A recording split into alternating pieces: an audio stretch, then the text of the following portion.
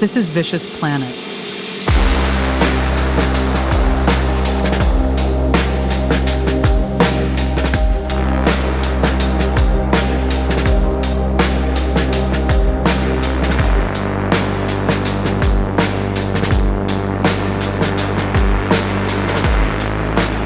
Vicious Planets. Season 0, Episode 12, The Lease, by Morgan Olson. Archive source, Early Consumer Net Bulletin Board /thread, product feedback. Date stamp, July 6, 1991. Retrieved by, redacted / classification. Background anomaly, non-priority, verified purchase. Awful, very disappointed. Plastic junk with music that is not peaceful nor relaxing. Sound is poor. Nothing like described on Amazon. I would really like my money back. MP, United States. Note: 5 users flagged this review as helpful. Note: 2,847 units sold to date. Act 1. Lower Manhattan, winter, 1988. The shop had no name on the door. It had a number, 41, stenciled in black paint above a buzzer that hadn't worked since Carter was president. The hand-lettered card in the window said, "Electronics Repair," and beneath that, in smaller letters, "Marty can fix it." Both of these things were true.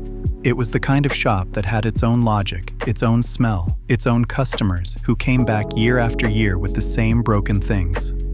Marty Feldman had been fixing things in this particular 12-foot-wide slot of Lower Manhattan for 11 years, wedged between a noodle restaurant that smelled like ginger and star anise at 7 in the morning, and a VHS rental place whose owner, a man named Benny, had strong opinions about Sergio Leone. Marty knew broken things. He knew how to make them work again. He knew the particular weight of a VCR whose head drum was going, the sound of a cassette deck whose capstan needed cleaning, the smell of a circuit board that had been running too hot for too long. He was 34 years old and he was good at what he did. That winter, everyone wanted portable sound. The Walkman had been out 9 years and the market had settled. Everyone who could afford one had one, and the rest had decided they didn't need it. But Marty had been thinking about the next thing. Not portable and private. Portable and present. Something that played in a room, that created atmosphere, that a person could set on a nightstand or a windowsill and just let run. He had been building prototypes in the back of the shop. Small looped tape players, single speaker boxes. Nobody had asked him to. He just had a feeling there was something there. Act 2. The Attic and the Device. January to February 1988. His grandfather's apartment was on the 4th floor of a building in Chinatown that had been built in 1903 and smelled like it. Saul Feldman had lived there since 1961. He had died in November, quietly, in the way that very old men sometimes die, as if they had simply finished a long errand and set down everything they were carrying. Marty spent 3 weekends cleaning the apartment. He found what you always find. Years of newspapers, rubber bands in a drawer, a set of tools that were better than anything Marty owned, a photograph of a woman he didn't recognize looking directly into the camera with an expression that said she knew exactly what she was doing and had decided to let you know it. In the crawl space above the bedroom closet, he found 2 boxes. The first box held 20 cassette tapes labeled in Chinese characters. The cases were worn smooth with handling. Some tapes had been played many times, others looked untouched. Old recordings, reel-to-reel transfers probably from the 60s. The tape stock had gone amber the way old things go amber, holding color the way they hold everything else, reluctantly, and then all at once. The second box held more tapes, but these had small white stickers on them in his grandfather's handwriting. For Marty, "Do not play until you are ready." The word "ready" was underlined twice. Marty put the second box in the corner of his bedroom. He took the first box back to the shop. He played one of the tapes on a Tuesday morning in January, before the shop opened. It was not what he expected. He had expected something ambient, rain, water, the kind of sound his grandfather might have used to fall asleep. What came out of the speaker was structured and deliberate. A voice, low and even, reciting something in a language Marty couldn't place. Beneath the voice, a bell struck at intervals that seemed almost but not quite regular. Beneath the bell, something that might have been breath or wind, or the sound of a room with many people breathing together in the dark. It lasted 40 minutes. He sat through all of it without moving. When it ended, he sat for another 10 minutes, not doing anything in particular. The back door opened, and Benny leaned in from the alley they shared, holding a coffee and looking for someone to talk to. "What is that?" Benny said. It wasn't really a question. "Tape my grandfather left me." Benny stood there a moment, listening to the silence where the tape had been. "What's it supposed to do?" "I don't know exactly," Marty said. "I feel like something happened, but I couldn't tell you what." Benny considered this with the seriousness he applied to most things. "So it's like a movie that does something to you, but you can't explain the plot." Marty looked at him. "You should make more of those," Benny said. "People pay for that. That's the whole business." He finished his coffee and went back through the door. Marty sat for another minute. Then he went to the parts bin. It took him 3 weeks to build the first one. He used the shell of a broken transistor radio, rewired the internal amp, fitted a speaker salvaged from a clock radio whose clock had burned out. He built in a loop mechanism so the tape would play continuously. He painted the housing dark red because he had dark red paint. He added a volume control. He called it, after some thought, the PeaceBox. He made 12 of them in February. He placed an ad in the back of a New Age catalog and posted a listing on a computer bulletin board network that people were beginning to use to sell things, which felt strange and slightly ridiculous, but which Benny said was the future. Benny was usually wrong about things, but not always. He sold all 12 by the end of the month. The phone started ringing the week the catalog hit. Half of them were prank calls. This was expected. You put a number in print anywhere in 1988, and within a week some kid in New Jersey had it written on a bathroom wall. He got the usual: breathing, laughter, someone doing a fake Chinese accent that he hung up on immediately, a teenager who called 4 times in one afternoon asking if he had Prince Albert in a can. Marty had grown up in this city. He had a high threshold. But the other calls were different. A woman from Pasadena who said she'd had the unit running for 3 days and wanted to know if it was normal that her cat, who had not left the bedroom closet in 2 years since her husband died, had come out and was sleeping on the couch. Marty said he didn't know but was glad to hear it. She called back a week later to report that she had also come out of the bedroom more. She didn't explain what she meant by that. She didn't need to.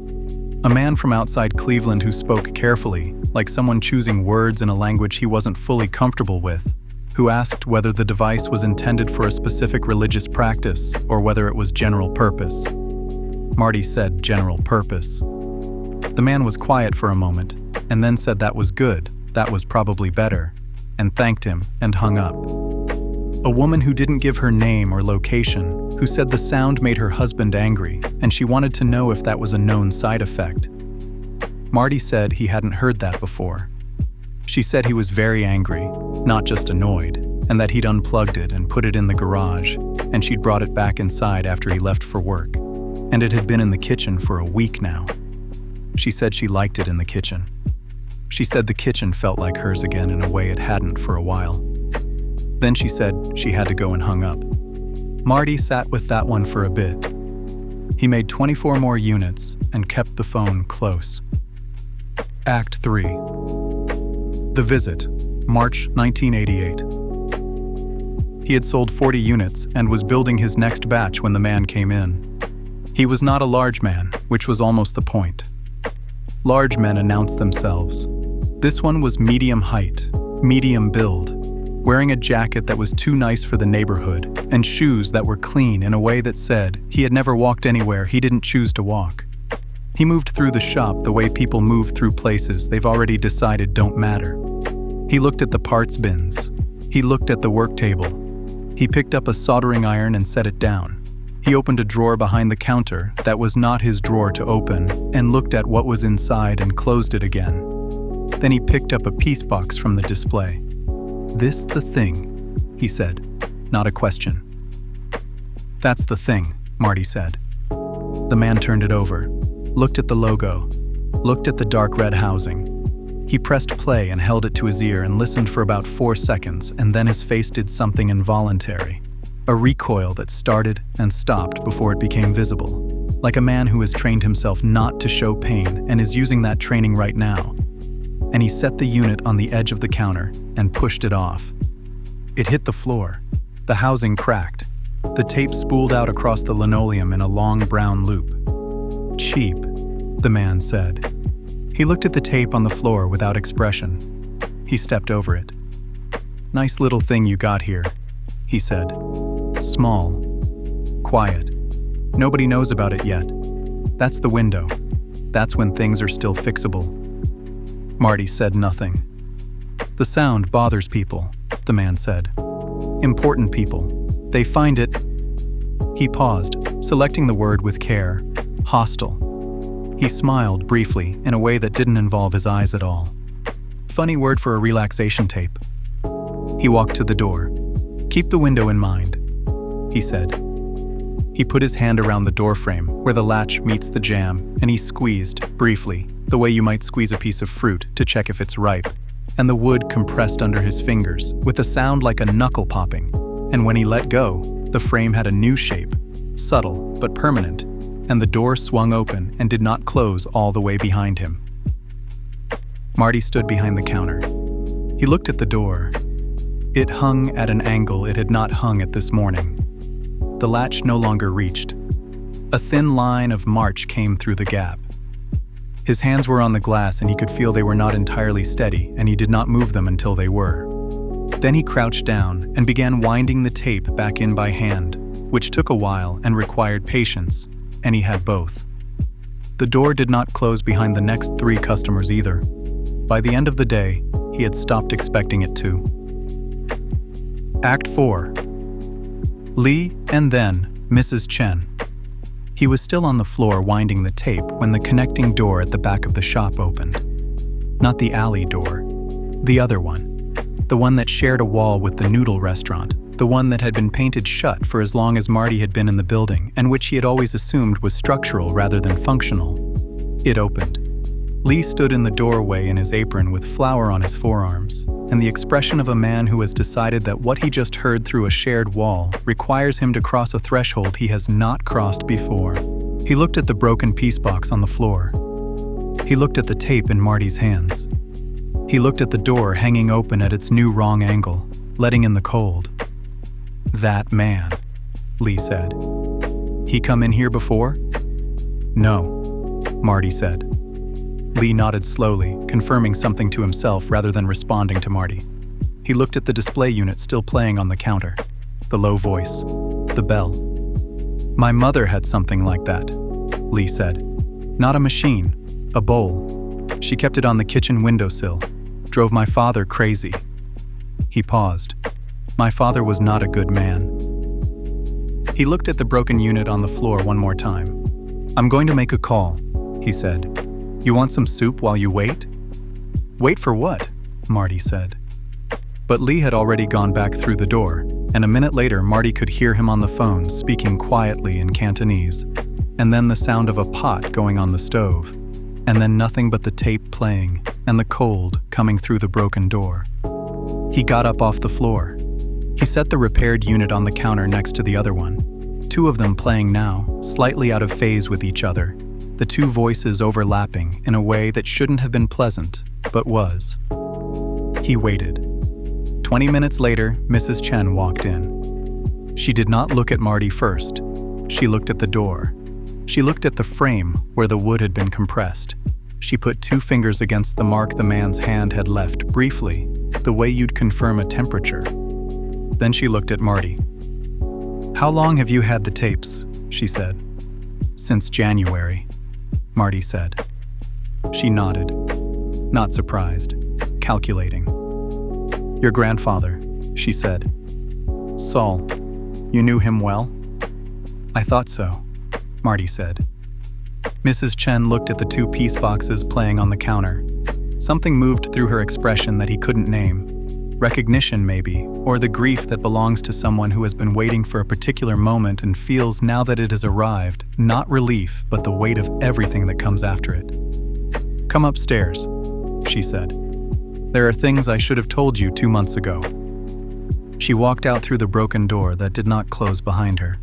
Marty looked at the shop, the 2 units playing, the tape he had wound back by hand, the drawer the man had opened and closed like it was nothing. He turned off the lights. He followed her. Act 5. The Council, 3rd Thursday of March. There were 5 of them, and they met on the 3rd Thursday of every month in the back room of a tea import business on Canal Street that was also an actual tea import business. Mrs. Chen ran the meetings. She had run them since 1974, when the previous chair, a man named Mr. Lowe, who owned a funeral home and had opinions about everything, had retired to Queens and been replaced by a general consensus that Mrs. Chen was the right person and that nobody wanted to argue with her about it.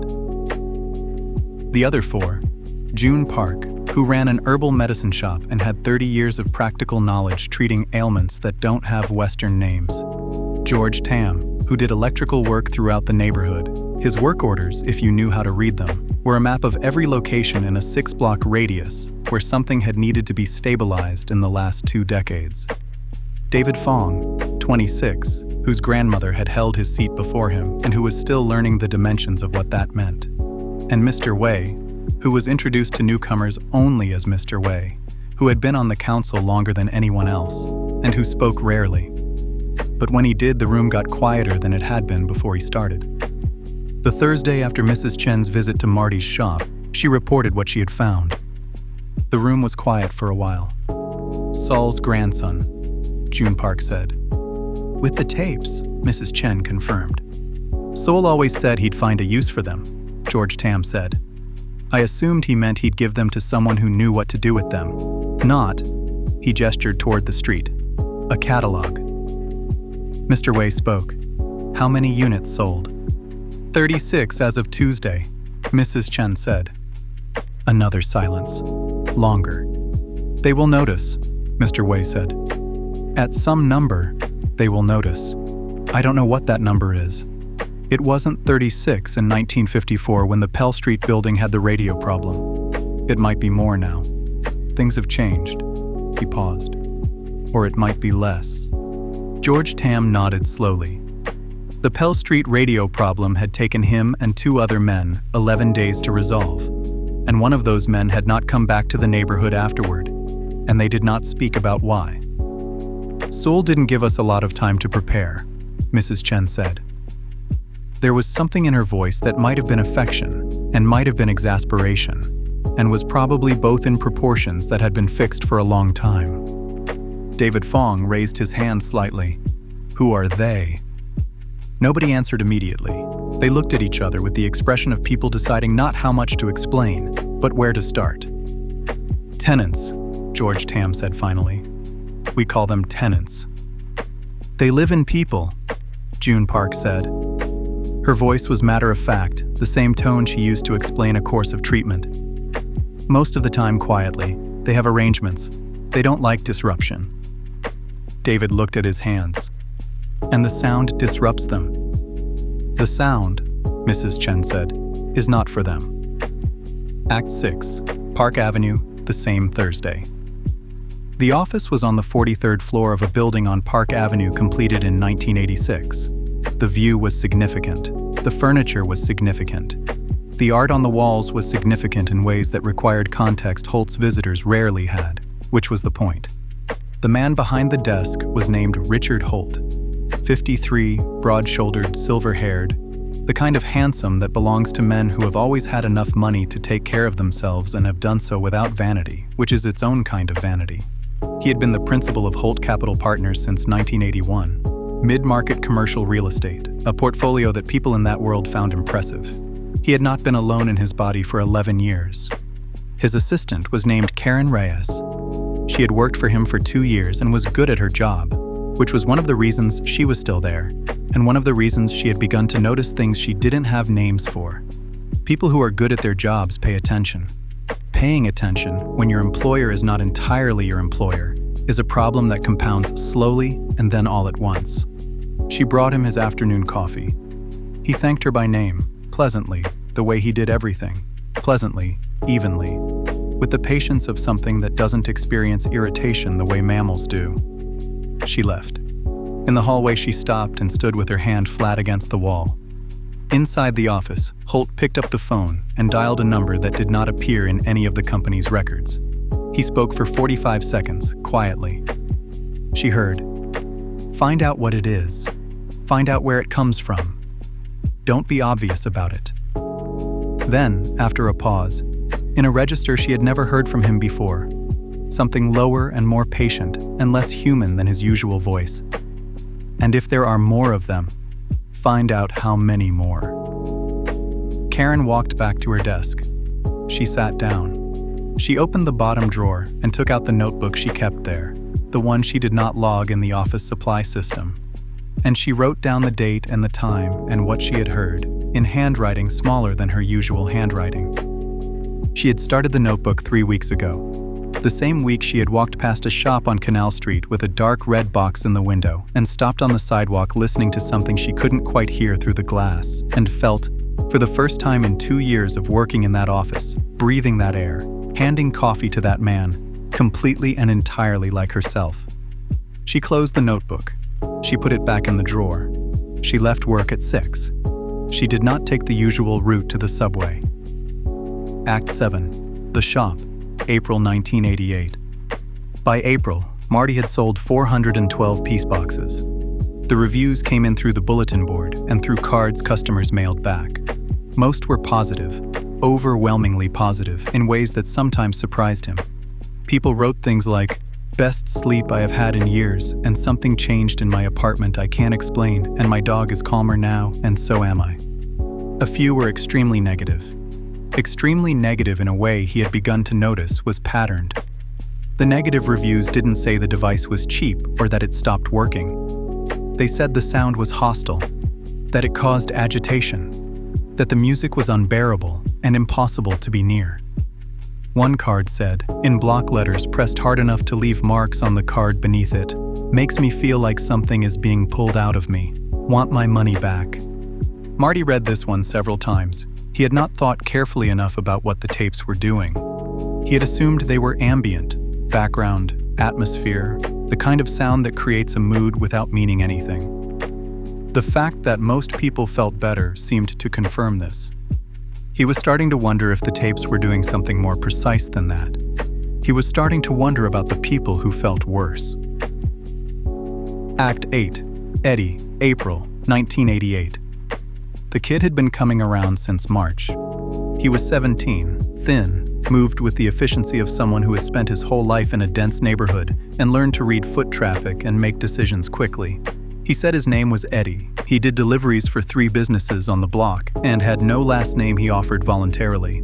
He had a bicycle bell he'd taken off a delivery bike years ago, the kind with a thumb lever, and he carried it in his jacket pocket the way some people carry a lighter they don't smoke with. When he was thinking, he'd take it apart on the counter, spring, striker, dome, and put it back together without looking at it. Marty had stopped asking why. He started hanging around after deliveries, looking at the parts bins, asking questions about how things worked. Marty let him. The questions were good. The shop was quiet. The kid reminded Marty of himself at that age, which he did not say out loud because it would have been embarrassing for both of them. One afternoon, Eddie picked up a PeaceBox from the display, turned it over, put it back. "Mrs. Chen says you're going to get in trouble with these," he said. Marty looked up from a VCR. "You know Mrs. Chen? I do deliveries for her, tea mostly. She's been teaching me some things." He said it the way teenagers say things they don't want to explain. "She says you don't know what you're doing with the tapes." "She's probably right," Marty said. "She says your grandfather knew exactly what he was doing, though." Marty set down his screwdriver. "What is she teaching you?" Eddie was quiet a moment, looking at the PeaceBox. "How to see things," he said. "Basically, how to see what's actually there instead of what you're expecting to see." He paused. "It's harder than it sounds." "I believe it," Marty said. Eddie picked up the PeaceBox again, held it a moment, set it down with care. "You should go talk to her," he said, "before they come talk to you." "Who is they?" Eddie looked at him steadily. "Tenants." Act 9. The following, late April. It started on a Wednesday. He noticed the first one near the Canal Street subway entrance. A man in a gray jacket standing slightly wrong. Not suspicious, just off.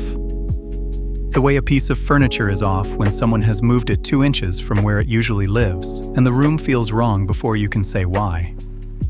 He noticed the second one that same afternoon, outside the noodle restaurant. Different body, same quality of wrongness. The patience of something that doesn't get bored because boredom requires the passage of time to register, and time does not register for these things the way it does for people. By Friday there were 3. They didn't follow him closely, they didn't approach. They appeared in his vicinity with a consistency that moved from coincidence to pattern to something that had its own weight and gravity. Friday evening, closing the shop, he found a note slid under the door, written on the back of a receipt from a midtown restaurant. The handwriting was careful and even, which made what it said worse, not better.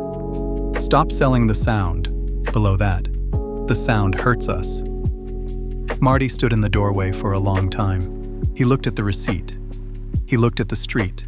Behind him, inside the shop, the display PeaceBox was playing.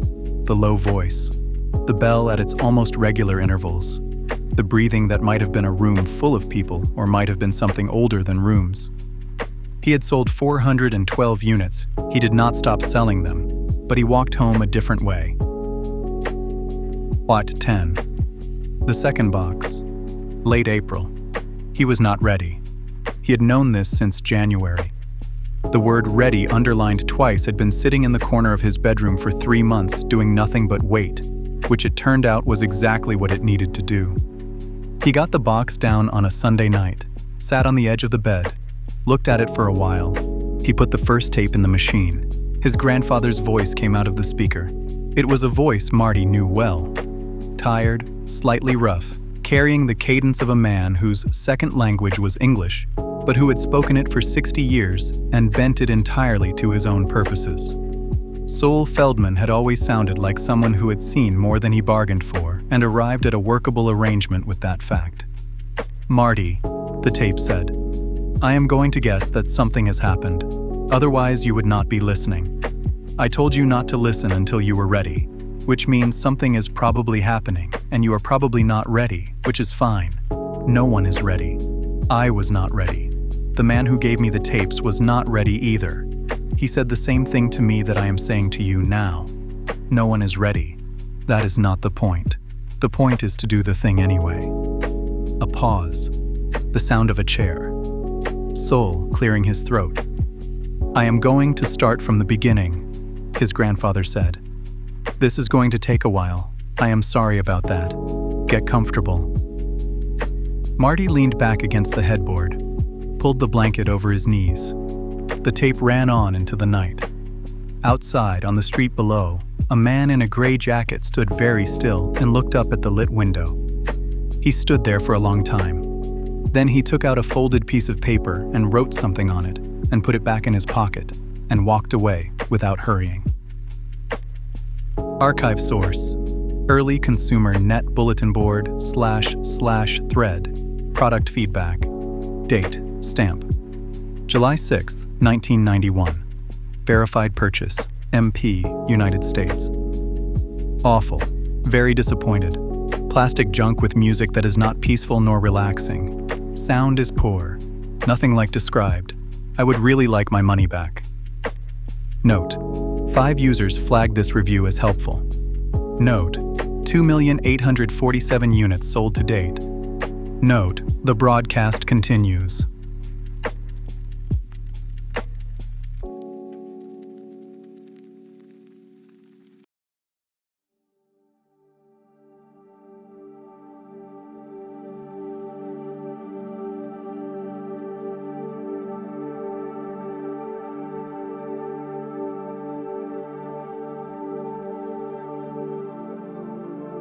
Greetings, meat bags. Pause this now because it has probably been a min since you stood up, micturated, or consumed some liquid. This story will be here when you get back because it was a long one that we had our orcs pedaling bikes to keep the generators on to produce this story, and for my own electrical pleasure. Now time for part 2 of the lease.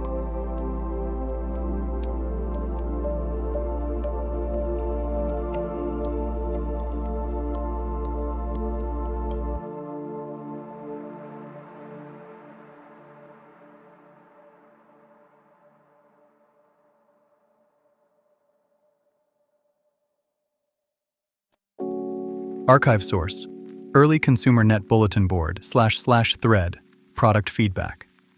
Date stamp: November 14, 1991. Verified purchase. My house feels different. My kids sleep through the night. My husband moved out in September, and I think that was always going to happen, but the sound made it happen faster. I don't mean that as a complaint. 5 stars. DR, New Jersey. Note: 2,847 units sold to date. Note: production interrupted March to May 1988. Cause not in record. Act 1. Above the Mahjong Parlor, March 1988. Mrs. Chen's apartment was a working room. The shelves on every wall were not decorative. The notebooks were tools. The map of the neighborhood pinned above the radiator was a tool, even though some of the labels were in a script Marty couldn't read, and some of the buildings on it had been gone since before he was born. Mrs. Chen sat down across from him without offering tea. She put her hands flat on the table. "What did you think when you found the tapes?" she said. "I thought my grandfather had unusual taste." She made a small sound. "Your grandfather had no taste at all. He had errands. He had the same 5 shirts for 40 years. She looked past Marty at one of the photographs on the wall. "What do you know about Brother Kwan?" "Nothing. That's what he was for." Marty waited. She let the silence sit. "And what are they?" he said finally. "The tapes." "You tell me. You've been listening to them for 2 months." Marty thought about the woman in Pasadena whose cat came out of the closet, the husband who unplugged the device and put it in the garage, the card pressed hard enough to leave marks on the card beneath. "Makes me feel like something is being pulled out of me." "They don't calm people down," he said. "They wake people up." "Close enough. They wake the people, and they wake the things riding the people. Some of those things have been there since before you were born, camping out, paying no rent. They like the host asleep.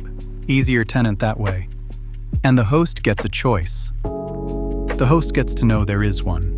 Whether they make it is their business."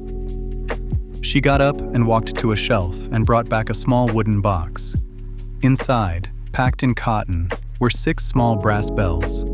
The patina on them was uneven, the way metal goes when it has been handled by many hands over many decades. "Before the tapes," she said, "we used these. 6 blocks, 6 bells. We rang them in rotation. The tapes were Brother Kwan's improvement." She closed the box. "Your grandfather did not invent the project. He inherited a position in it. And I inherited it from him. You were given a box of tapes. You put them in a machine. You sold the machine to 2 million people. That is not what your grandfather inherited." She looked at him for a long moment. "Sol thought you would be the one to figure out what to do with them. I hope he was right." Marty looked at the bells. He did not pick them up. "What about the people the broadcast already reached?" he said. Mrs. Chen looked at her hands. "That," she said, "is what we are going to argue about." Act 2. Hoboken, then Canal Street, April 1988. Joanne lived in a 1-bedroom on the 3rd floor of a walk-up. The kitchen had 2 chairs and a table that did not match the chairs. Karen brought ginger ale because she did not know what else to bring. They sat with the ginger ale going flat between them before Joanne said anything. "You're still working there," Joanne said. "I'm about to not be." Joanne nodded. "I missed the apartment I had on 86th. I had it for 9 years before I worked for him. After I quit, I couldn't go back to it. I tried. I would walk into the bedroom and feel like a person who had walked into the wrong room." She took a drink. "I live here now. The room knows who I am. That's the most I can ask of a room these days." Karen waited. "Whatever you're thinking about doing," Joanne said, "do it slower than you think you should. The thing in him is patient. It doesn't rush. That's what nobody tells you. You'll think you got away clean, months will go by, and then you'll come home and the air will smell like him, and you still won't have heard him on the stairs. She walked Karen to the door but did not come down to the street. "If you find a way out," Joanne said, "write to me. Don't call. He still listens to my phone sometimes. I can hear him in the static." On Wednesday, Karen took the notebook to a shop on Canal Street with a hand-lettered card in the window. The door didn't close properly behind her. She noticed and did not ask. The man behind the counter was rebuilding a VCR. "I work for Richard Holt," she said. "He sent someone here 3 weeks ago." "Medium height," Marty said. "Clean shoes." "That's the one." She put the notebook on the counter. He didn't open it. "Why are you bringing this to me?" "Because whoever sent that man," she said, "will send another. The only people in this city who don't seem to be afraid of him are the people on this block. I don't know why. I'm out of options I can use without dying." Marty reached under the counter and put a PeaceBox on top of the notebook. "Take this home. Sleep on it. Come back Thursday if you still want to." She picked it up. It was heavier than she had expected. Act 3. Park Avenue. Richard Holt sat at his desk after hours and looked at the city through the window. The lights were on in the buildings he owned, and the lights were on in the buildings he did not yet own. He found this distinction satisfying.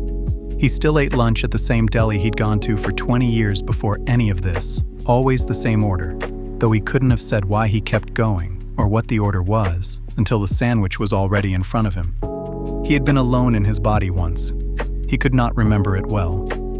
The memories from before were like photographs of a room he had lived in as a child. The right shape, the wrong feeling, somebody else's furniture. He did not need to call a meeting. The instruction had come down. Buy the building. Failing that, evict the tenant. Failing that, settle the matter another way. Holt picked up the phone and left a message with the property owner's office about Friday's meeting and that he had been authorized to be flexible on terms. On the way out, he passed Karen's desk. The bottom drawer was open and empty. He looked at it the way he looked at a building he was about to acquire, a patience that had nothing to do with sentiment. Then he closed it gently with his foot and continued to the elevator. Act 4, Canal Street, Thursday. Karen came back. She sat at the end of the table next to Marty. Eddie stood near the door. The counsel read the notebook in silence and passed it down the line.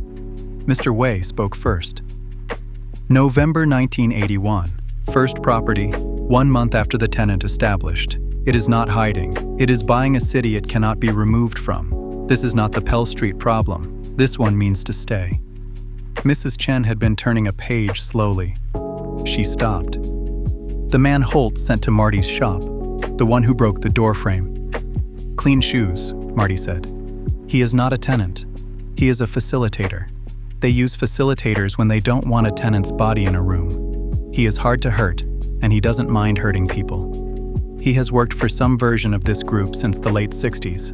If we see him again, it will not be a warning visit." "The property owner," George Tam said. "Vincent, I should go see him."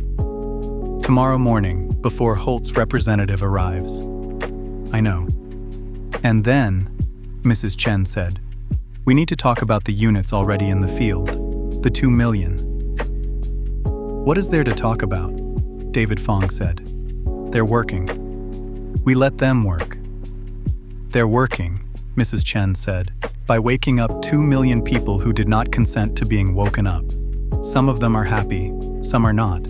Some have been carrying tenants their whole lives, and the tenant was the only voice they ever heard inside their own head. And now they are hearing themselves for the first time, and they do not know what to do with the silence." Karen looked at her hands. "So what are you saying?" Marty said. "That the tenants are not the only thing we owe a thought to. That is all." Eddie spoke from the door. "We still need to not lose the building. That's tomorrow. The rest is after." Mr. Way nodded once. "The boy is right." Act 5. The shop, late Thursday. Marty went back to the shop after the meeting and sat in the dark. He had 3 of his grandfather's recorded tapes left. He had been rationing them. He put the next one in the deck. "I want to tell you about Li Fang," Sewell said. "The woman in the photograph in my apartment. She was Brother Kwan's teacher. I met her once in 1955. She was very small and very tired." Sewell paused. The tape hissed. "She told me 3 things. The first 2 I understood. The third one took me 30 years, and I'm still not all the way there. She said the sound isn't a weapon. It's a question," she said, though it took her 20 minutes to get to that word, and I remember thinking, get to the word, Li Fang. I have a shop to open. She said most people who get asked don't know they've been asked, and most who realize don't know how to answer. Another pause. "I don't know what to do with that, Marty. I am writing this down because I don't want to die without telling someone. You may understand it faster than I did, or you may not. I think about Li Fang most days. That is all I can tell you for certain." The tape ran on for another minute and ended. Marty sat in the dark with the tape hissing on an empty loop until the machine clicked itself off. Then he took the tape out and put it back in the box and went home. Act 6. Mott Street, Friday. Vincent Ng was 67 and tired. He had owned the building since 1971. George Tam came to see him at 8:30. Tam told him what Holt Capital Partners was. Not everything. Enough. Vincent listened without interrupting. When Tam finished, Vincent looked out the window. "My father told me something about this block," he said. "I thought he was talking about real estate. He wasn't. I know that now." At 9, the representative of Holt Capital Partners arrived and was told that Mr. Ng was not selling at this time. The representative smiled in the way representatives smile when they have permission to be patient. He left a card. Vincent put the card in a drawer and called Mrs. Chen at 9:15. "Not today," he said. "Thank you, Vincent." "Don't thank me, they'll be back." "I know. So will we." Vincent had dinner at the noodle restaurant at 6. He talked to Lee for a few minutes about a leaking pipe in the back. He left at 7, and George Tam, who had been watching the door from across the street, fell in beside him, and they walked east on Mott. It was the kind of evening when the dinner rush had ended, and the older men were sitting on stoops smoking, and the kids who did deliveries were still out on bikes. Mrs. Liu was locking up the dry cleaner. 2 men were playing chess on the steps of the building next to hers, the way they had been playing chess on those steps since the Ford administration. The man came toward them from the corner of Bayard. He was wearing dark clothes. He was not in a hurry. He was not the man with the clean shoes, and he was not the man in the heavy coat. He was someone new, but he was wearing his body in the same wrong way, a body that did not quite belong to whoever was driving it. George Tam saw it first. He put his hand on Vincent's arm. Vincent had already seen it. He stopped. He did not look afraid. He looked tired the way he had looked tired all day. The man stopped in front of them. He did not say anything. He looked at Vincent for perhaps 2 seconds. Then he reached out, in no hurry, and put his open hand flat against the center of Vincent's chest, the way you might check a wall for damp, and he held it there for the length of one breath. Vincent's knees gave. The man took his hand back. He looked at George Tam. He did not speak. His face did not do anything. He turned and walked back the way he had come, unhurried, and at the corner of Bayard, he turned right and was gone. George Tam caught Vincent before he hit the sidewalk. Vincent was already gone. Tam knelt with him on the sidewalk and held the back of his head off the concrete because that was the only thing left to do. Mrs. Liu was running across the street with her keys still in her hand. The 2 chess players were on their feet. Half a block back, Eddie had stopped on his bicycle and was looking at the empty corner where the man had turned. By the time the ambulance came, they had gathered around Vincent in the way the neighborhood gathered around things. Quietly, without speaking. The chess players on one side, Mrs. Liu on the other, Eddie standing at the back with his hands on his bicycle handlebars. The paramedics did what paramedics do. George Tam said Vincent had complained of chest pain at dinner. He said it had come on suddenly while they were walking. He said no. There had been no one else. He said yes. Vincent had a history of high blood pressure. The chess players said the same thing. Mrs. Liu said the same thing. Eddie said the same thing. The paperwork would not be difficult. Mrs. Chen got the call at 8:20. She set the phone down. She sat in the chair by the window without moving, long enough that the streetlight came on outside before she did anything else. Then she got up and put on her coat and went down to the tea import business to tell the others. Act 7, Canal Street, Friday night. They were all there. Mrs. Chen, the counsel, Marty, Karen. Lee from the noodle restaurant had come, which was new. Eddie was there. He had come straight from Mott Street, and he had not put down his bicycle bell. He was holding it in his lap. He had taken it apart on the walk over. He was putting it back together now and taking it apart again. He had been doing this for an hour. Vincent had been gone for 2. The man in the heavy coat pushed the door open at 9. Karen recognized the coat before she recognized anything else about him. It was the coat from the framed photo that used to hang by the office door, the one where he was shaking some senator's hand. She had dusted that frame every week for 3 years. He came alone. He stopped in the doorway. He looked at the PeaceBox playing in the center of the table. The sound found him the way a draft finds the gap under a door built for a slightly different frame. Mrs. Chen looked at him from the head of the table. "You," she said, "or one of yours, killed Vincent Ng tonight at 7:15 on Mott Street." The host's face did not move. "I didn't come here to discuss Mr. Ng," the tenant said. "I know. I am telling you that I know." The tenant stayed in the doorway, one foot still on the threshold, like a man who wanted to be able to say later that he'd never technically come inside. "I have an offer. It is not Holt's offer. It is mine. You stop the broadcast. You recall the units that can be recalled. You return to the previous arrangement. In exchange, this block continues to exist as it has existed. No interference, no interest, no further visits." "And the 2 million, Marty said. "The units in the field will continue to play until their tapes wear out. In 6 months to a year, that population will be back where it was before. Most of them will not notice the transition. And the few who do will be managed. The arrangement is not unkind, Mr. Feldman. It has not been unkind for longer than your family has been in this country.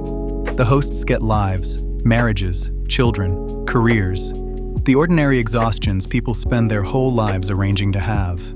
Most of them, offered the choice honestly, would keep it over whatever you imagine you're offering." Marty was quiet for exactly as long as it took him to decide. "You're not offering them a choice," he said. "You're offering them a nicer cage." Eddie's bicycle bell came apart and went back together. Karen opened the notebook on the table in front of her. She turned to a page near the back and read, "February 14th, 1988. Mr. Holt left the office at 6:15. He returned at 8:40. He had blood on his shirt cuff. He went into his private bathroom and changed shirts and put the old one in his briefcase and took it home with him. The next morning, he asked me to schedule a dental appointment. He had no dental issue. The dentist's office was on the same block as the address of a woman whose name was in the calendar twice in January and not after." She closed the notebook. She did not say anything else. Marty looked at the notebook for a moment. Then he looked at the tenant. "That's the previous arrangement," he said. The host's face did something that was not the tenant's expression. It was very brief. Marty reached across the table and turned the PeaceBox up. The host surfaced longer this time. The expression that crossed it was something Eddie would describe later to David Fong as looking like a man who had just realized he was inside a building that was on fire. The tenant turned and walked back out through the shop, and the door closed behind him. Almost all the way. Act 8. The shop, Saturday. Marty did not fix the door. He sat on the stool behind the counter for a while in the dark. The display unit was playing because he had not turned it off. The street outside was quiet. Around 9, he laughed at something. He did not know what. He had been thinking about a customer from 1985 who had come in with a cassette deck whose belt was the wrong size for the model, and who had argued with him about this for 40 minutes. And the argument had been bad enough that Marty had remembered it for 3 years. and now he was thinking about it and laughing in the empty shop. He stopped after a few seconds. He sat there with his hand over his mouth, embarrassed in front of nobody. Lee did not bring soup at 8. At noon he brought it. He did not knock. He came through the connecting door and set the bowl on the counter and went back through without saying anything. They did not acknowledge any of it. Karen came in at 10 with a duffel bag and a box. She set them on the counter and unpacked one item, a hairbrush, and put it next to the cash register, and then sat down in the customer chair and did not unpack anything else. Mrs. Chen said I could use the back room, she said. I know. Vincent had a daughter in Boston. I didn't know. I didn't either. She sat looking at the door that did not close. The hairbrush sat next to the cash register. Marty did not move it. Eventually, he got out the pad of paper. He looked at the figures. He picked up the phone and called Mrs. Chen. She answered on the second ring. Her voice was not steady. I know the number, Marty said. And? We're close. A few thousand more units. Maybe less. The line was quiet long enough that Marty checked to see if the call had dropped. Marty, she said, what happens to the people inside the hosts when the circuit closes?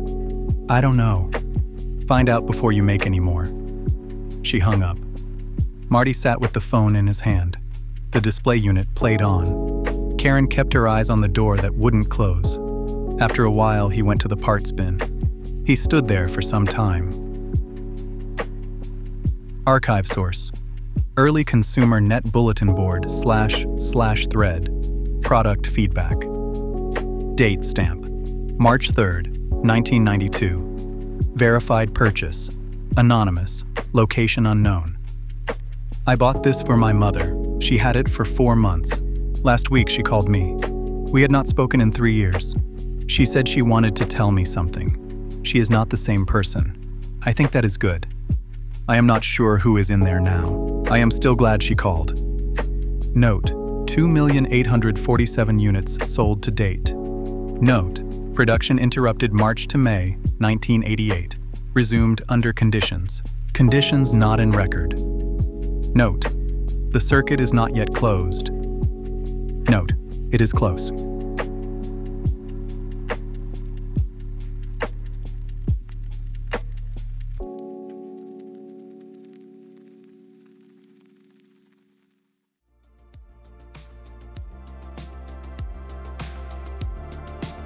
Thanks for listening. The final episode will be here in 2 weeks with Season 0, Episode 14.